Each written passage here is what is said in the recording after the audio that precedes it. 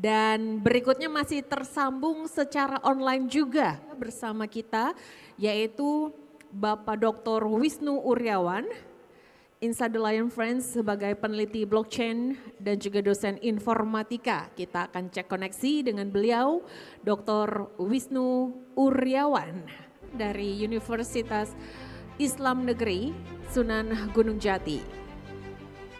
Oke, boleh tepuk tangan yang paling meriah untuk Dr. Wisnu. Dapat tepukan tangan dari 900 orang di Bali nih, Dok. Terima kasih. Baik, untuk selanjutnya waktu kami persilakan untuk bisa langsung disampaikan materinya ya, Dok. Kami persilakan. Ya, baik. Terima kasih. Mohon izin untuk menyampaikan sesuatu barangkali. Terima kasih. Assalamualaikum warahmatullahi wabarakatuh. Selamat sore waktu Bali. Sementara di Prancis ini masih pagi. Puji syukur saya panjatkan kehadirat Allah Subhanahu wa taala yang mana telah memberikan kesempatan yang begitu berharga bagi saya pribadi bisa tampil di hadapan hadirin sekalian. Yang terhormat para pemimpin wilayah barangkali yang tidak bisa saya sebutkan satu persatu, kemudian seluruh panitia dan stakeholders yang hadir di Bali Blockchain Conference. Saya akan menyampaikan tema hari ini yaitu blockchain teknologi, tantangan dan kesempatan riset di teknologi blockchain. Perkenalkan diri, yang pertama adalah saya berkesempatan untuk riset di bidang blockchain, yaitu di INSA de Lyon, di bidang informatik dan matematik. Kemudian aktivitas rutin saya sementara ini karena posisi di Prancis sebagai blockchain researcher, and then di Indonesia sebagai dosen informatika di UIN Sunan Gunung Jati Bandung. Apa yang ingin saya sampaikan pada kesempatan yang berbahagia hari ini, yaitu bagaimana kita mendorong dari yang tadi pemaparan Prof. Laude, kemudian dilanjutkan dengan Mas Adam dan rekan-rekan dari Goldcoin, kemudian dilanjutkan yang terakhir barusan dari Prof. Yandra, maka saya melengkapi. Maka ketika kita mengadaptasi ataupun menyerap sebuah teknologi, maka ada beberapa hal, yaitu tantangannya adalah di bagian back end atau bahasa ininya sederhananya di dapur gitu ya, dan research ini adalah bagian dapur kita. Mudah-mudahan apa yang saya sampaikan menjadi sebuah motivasi bagi rekan-rekan akademisi dan praktisi yang hadir saat ini, yaitu untuk memikirkan kembali bagaimana tadi yang dengan menggebu-gebu marketing-marketing yang sudah ditawarkan, sehingga kita dukung penuh di back end-nya dengan riset. Kemudian tadi implementasi dari Prof. Yandra juga menarik, artinya kita betul-betul satu kolaborasi yang betul-betul handal di masa yang akan datang. Tentunya menyongsong Indonesia Emas di 2045. Baik, di awalnya adalah bagaimana kita memahami sebuah teknologi baru. Emerging teknologi ini sebetulnya tadi, di akhir cerita Prof. Yandra tadi, kita ketahui bahwa apakah teknologi ini semuanya kalau a priori semua tiba-tiba ditolak, no, sampai anak-anak kecil bawa spanduk juga, no. Artinya ketika kita bicara say no, maka tidak ada hal yang bisa kita lanjutkan gitu. Nah ini sudah final berarti kita sudah ditolak. Nah harapannya ke depan adalah dengan teknologi yang terbaru, maka kita adalah welcome saja, welcome. Tentunya kita dengan persiapan yang tentu tadi yang sudah disampaikan pembicara-pembicara sebelumnya. Ada hal yang perlu saya sampaikan di dalam riset hari ini ataupun bagaimana menanggapi atau riset-riset dengan teknologi-teknologi baru gitu. Nah kebetulan saya juga di lab Prancis di sini mengembangkan riset-riset yang cukup baru. Nah saya sedikit bicara latar belakang bagaimana alur classic research yang sudah ataupun yang sering kita laksanakan di sebelum teknologi terbaru datang. Nah biasanya adalah targetnya adalah di publikasi atau di publik. Bagaimana hasil-hasil pemikiran-pemikiran para ahli itu langsung tersampaikan dengan cepat ke publik. Nah ini sebetulnya. Nah emerging teknologi yang hari ini biasanya kita harus begitu hari ini teknologinya dirilis, maka berikutnya adalah masyarakat harus mendapatkan informasi yang cukup lengkap. Nah ini tentunya membutuhkan waktu yang cukup panjang. Nah biasanya classical research itu sekuensinya cukup panjang, sehingga masyarakat akan sangat terlambat mendapatkan informasi-informasi terbaru hasil-hasil penelitian. Nah, sehingga hari ini adalah momentum yang cukup menarik ketika kita dihantam pandemi COVID-19. Biasanya itu vaksin itu keluar itu dalam jangka waktu yang cukup panjang, antara 4 sampai 8 tahun baru keluar vaksinnya setelah ada pandeminya. Namun saat ini adalah tidak memungkinkan hal itu. Maka dengan cepat para researcher itu menghasilkan vaksin yang bisa kita langsung gunakan dengan waktu yang relatif sangat cepat gitu. Nah, itu idealnya adalah adaptasi terhadap teknologi-teknologi baru, sehingga bentuk-bentuk publikasi yang kita sampaikan. Nah, kita juga mendorong para akademisi dengan menulis cepat di artikel populer tentunya, sehingga masyarakat mendapatkan informasi yang tadi disampaikan seperti metaverse, kemudian NFT, kemudian blockchain teknologi secara utuh, tidak sporadis dari berbagai sumber yang mohon maaf mungkin masyarakat hanya mendapat training topiknya saja, tapi pengetahuan atau knowledge secara utuhnya tidak didapatkan secara lengkap. Nah, inilah yang kita khawatirkan ketika masyarakat mendapatkan informasi tanda kutip dari berbagai arah yang tidak bisa kita kendalikan. Mudah-mudahan dengan inisiatif adanya blockchain teknologi university yang akan kita coba dirikan, ini bersama Mas Rizky dan rekan-rekan profesor, maka ini merupakan satu wadah sehingga nanti masyarakat mendapatkan informasi secara bertahap, lengkap, dan sangat intensif. Nah, berikutnya adalah bagaimana kelemahan yang dari classical research sebetulnya. Yang pertama tadi itu adalah sequence, alurnya terlalu panjang, sehingga begitu kita butuh informasi cepat dan langsung dideliver kepada publik, maka kita membutuhkan waktu yang cukup panjang. Berikutnya waktu yang panjang, kemudian physical oriented, artinya kita harus meeting berulang-ulang dan itu berlangsung tatap muka. Nah, yang seperti yang kejadian hari ini barangkali saya tidak bisa hadir di depan Bapak Ibu, tapi saya bisa melalui Zoom. Maka hari ini adalah trendingnya bahwa kita tidak harus menghadirkan secara fisik langsung, tapi pengetahuan ataupun kolaborasinya tetap bisa berjalan. Nah, ini yang menjadi kelemahan-kelemahan di classical research sebelumnya. Berikutnya adalah laboratory dependencies. Ketergantungan terhadap laboratorium itu sangat tinggi.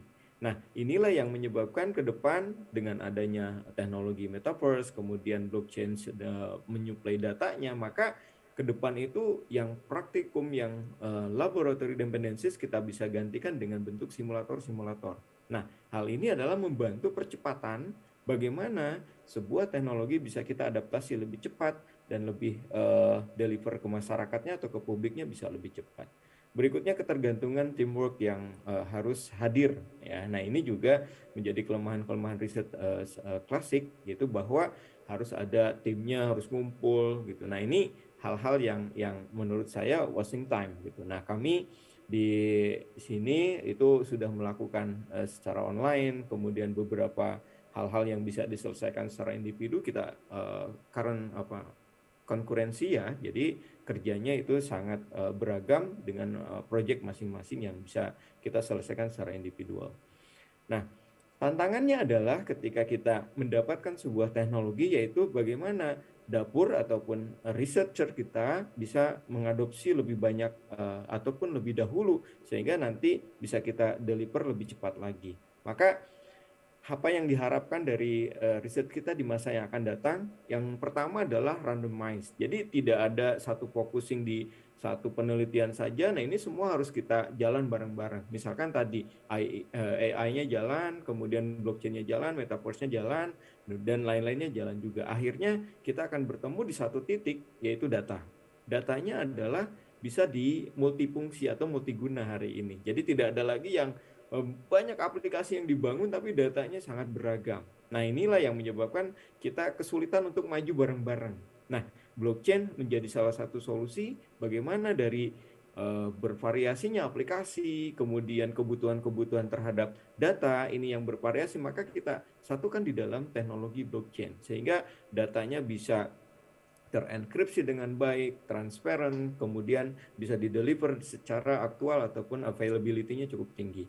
Berikutnya adalah tingkat kecepatan transfer knowledge. Nah, ini Pastor di sini maksudnya adalah apapun yang terjadi di dunia saat ini, kita harus betul-betul responsif.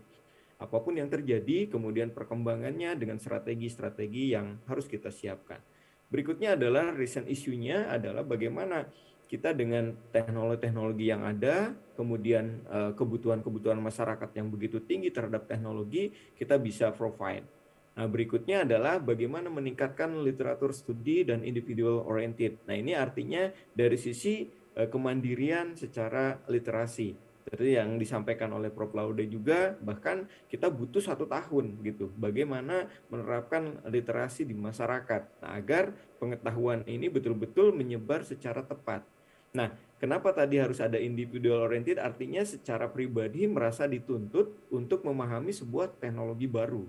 Tidak lagi sekarang harus didorong dan kemudian harus ditarik gitu ya. Jadi setiap masyarakat memiliki kesadaran akan kebutuhannya terhadap baik itu teknologi baru, informasi yang update, kemudian bagaimana dia bisa beradaptasi dengan teknologi itu sendiri.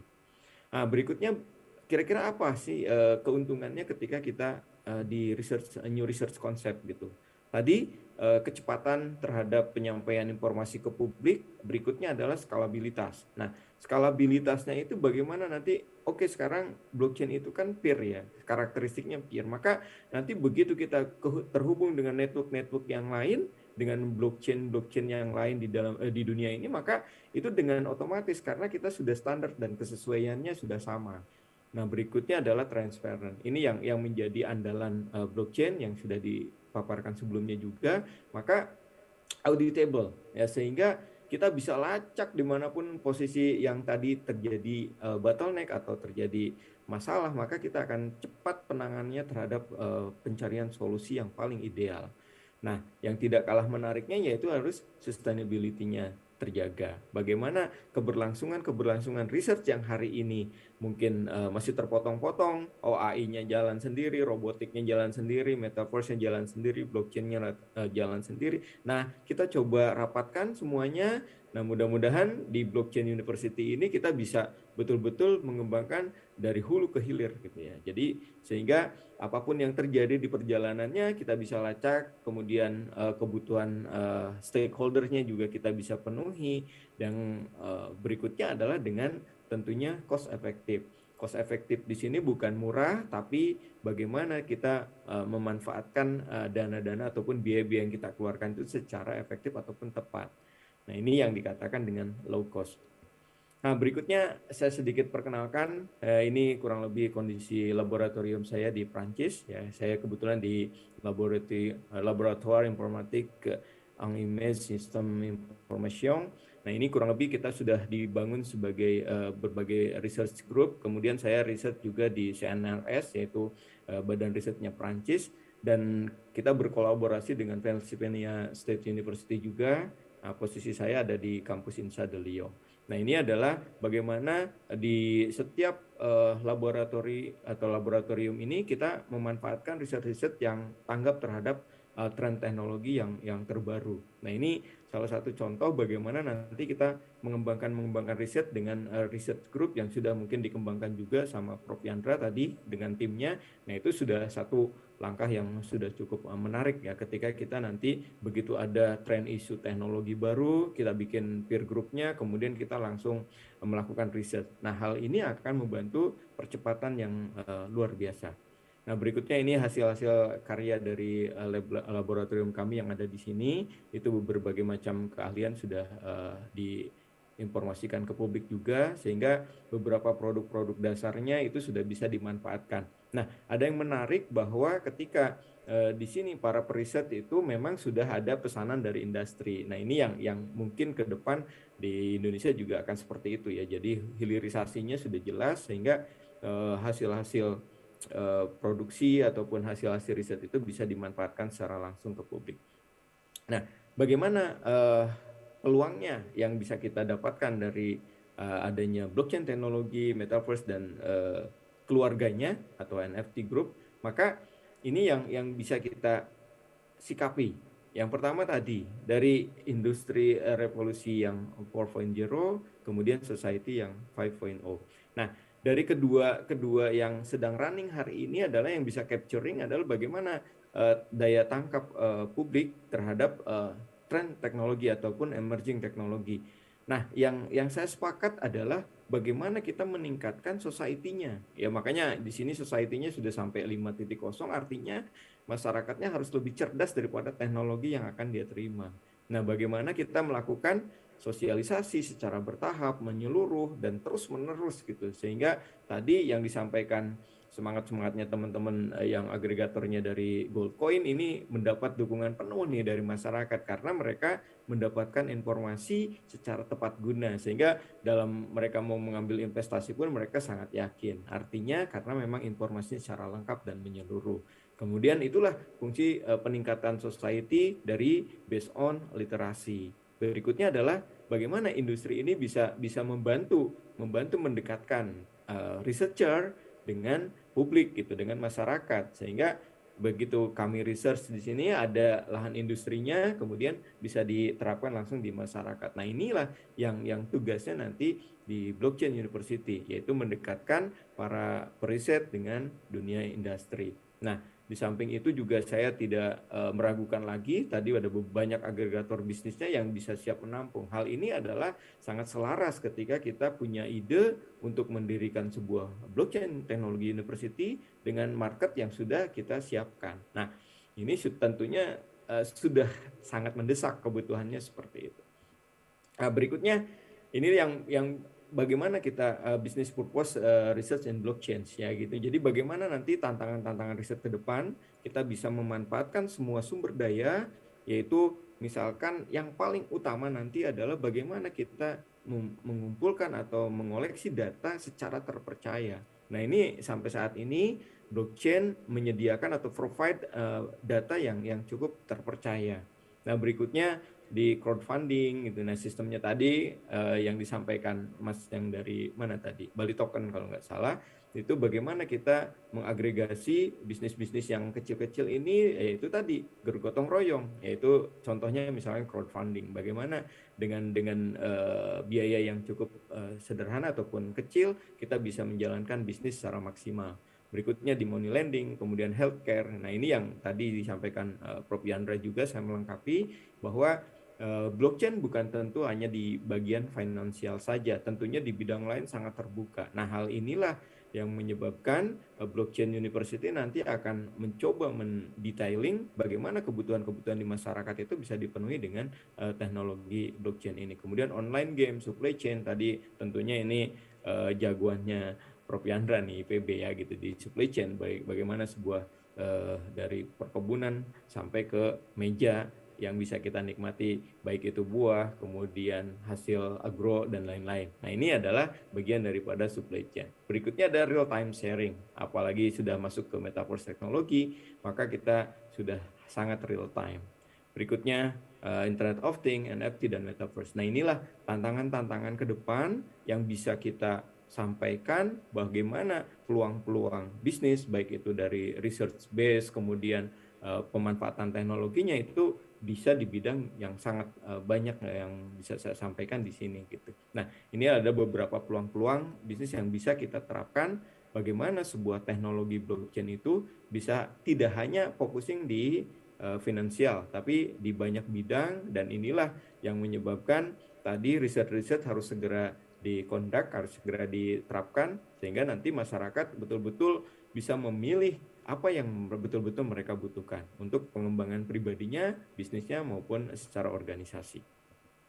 Nah, ini beberapa artikel terkait dengan blockchain sudah saya launch dan di beberapa media juga.